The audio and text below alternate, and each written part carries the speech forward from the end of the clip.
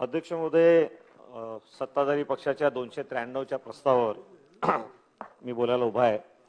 अध्यक्ष महोदय, गेल्या 2-2.5 वर्षामध्ये 2.5 वर्षापूर्वी आम्ही सत्ताधारी म्हणून या बाजूला बसत होतो, नंतर मग मागची 2 वर्ष आम्ही पलीकडे बसत होतो, तिथली मंडळी या बाजूला सत्ताधारी म्हणून बसत होती।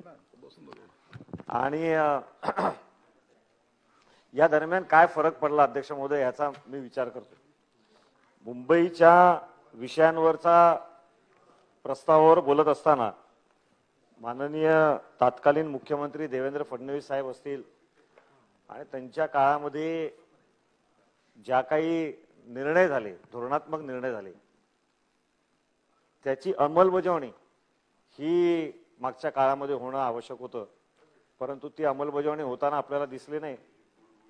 पण वेगळ्याच काहीतरी कामांमध्ये प्रशासनाला अडकवून ठेवलं गेलं आणि प्रशासनाकडून काहीतरी वेगळेच उद्दिष्ट ही साध्य करण्यात आली, ज्याचा अमित साटम यांनी खुलासा केला की बीएमसीला बृहन्मुंबई महानगरपालिकावरून भ्रष्टाचारी महानगरपालिका हे करण्याचं काम यांनी मागच्या काळामध्ये केलं।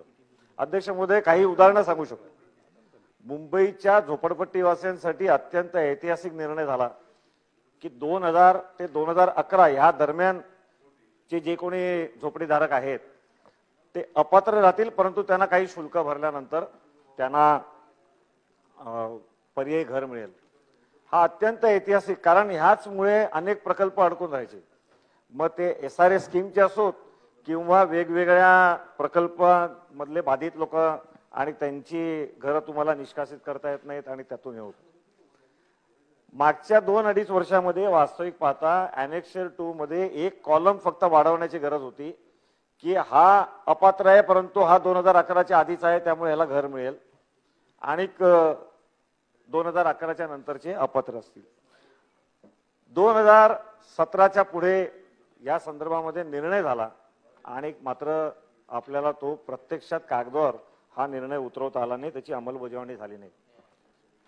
मागच्या 2-3 वर्षामध्ये कित्येक झोपडीधारक हे खरं तर पात्र होऊ शकले असते, परंतु त्यांना ज्या मनस्ताप झाला, अपात्र म्हणून घोषित केल्यामुळे, त्याला घर मिळणार नाही हे घोषित केल्यामुळे, तू अपात्र आहेस त्यामुळे तुला भाडं मिळणार नाही हे घोषित झाल्यामुळे, आणि ह्या मनस्तापाची जबाबदारी